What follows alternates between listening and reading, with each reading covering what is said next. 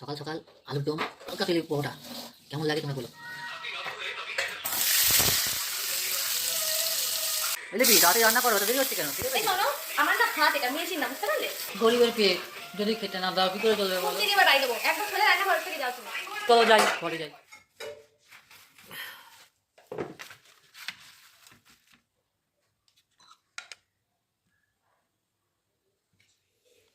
দুটো আলু, এতগুলো যদি দুটো আলু কি করে খাবো? এইটুকুই খেতে হবে। আর এই যে এতগুলো আছে, দেখে নাও বন্ধুরা কতগুলো পরোটা, এইগুলো সব আমি একা খাবো। এই দুটো আলু দিয়ে খাওয়া যায়? আমার কপালে এই দুটো আলু, এই দুটো পরোটা, আমার আর দিবা না?